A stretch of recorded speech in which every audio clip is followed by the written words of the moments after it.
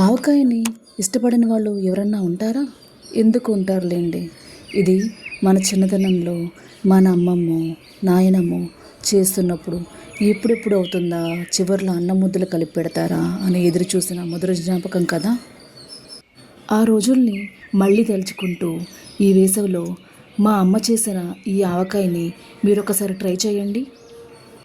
ముందుగా మామిడికాయ బొడ్డుల్ని కట్ చేసి బాగా కడిగి తుడిచి ఆరబెట్టాలి.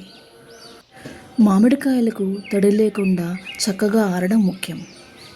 ఓపిగ్గా ఒక్కో మామిడికాయని తుడిచి పక్కన పెట్టి ఆరనివ్వండి. ఇలా ఆరిన మామిడికాయ ముక్కల్ని మీకు కావాల్సిన సైజులో ముక్కలుగా కట్ చేసి పెట్టుకోవాలి. మేము తీసుకున్న మామిడికాయలకి మాకైతే 4 గ్లాసుల ముక్కలు అయ్యాయి. గ్లాస్తో అయినా బౌల్తో అయినా దేనితో అయినా కూడా ముక్కల్ని కొలవచ్చు.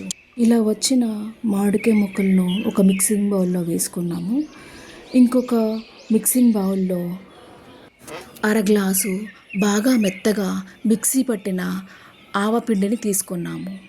దీనిలోనే 1 స్పూను వేయించిన మెంతిపొడి, 1 గ్లాసు కారం పొడి, 1 గ్లాసు పైన ఉప్పు, 3 వెల్లుల్లిపాయల రెబ్బలు అవసరం అవుతాయి.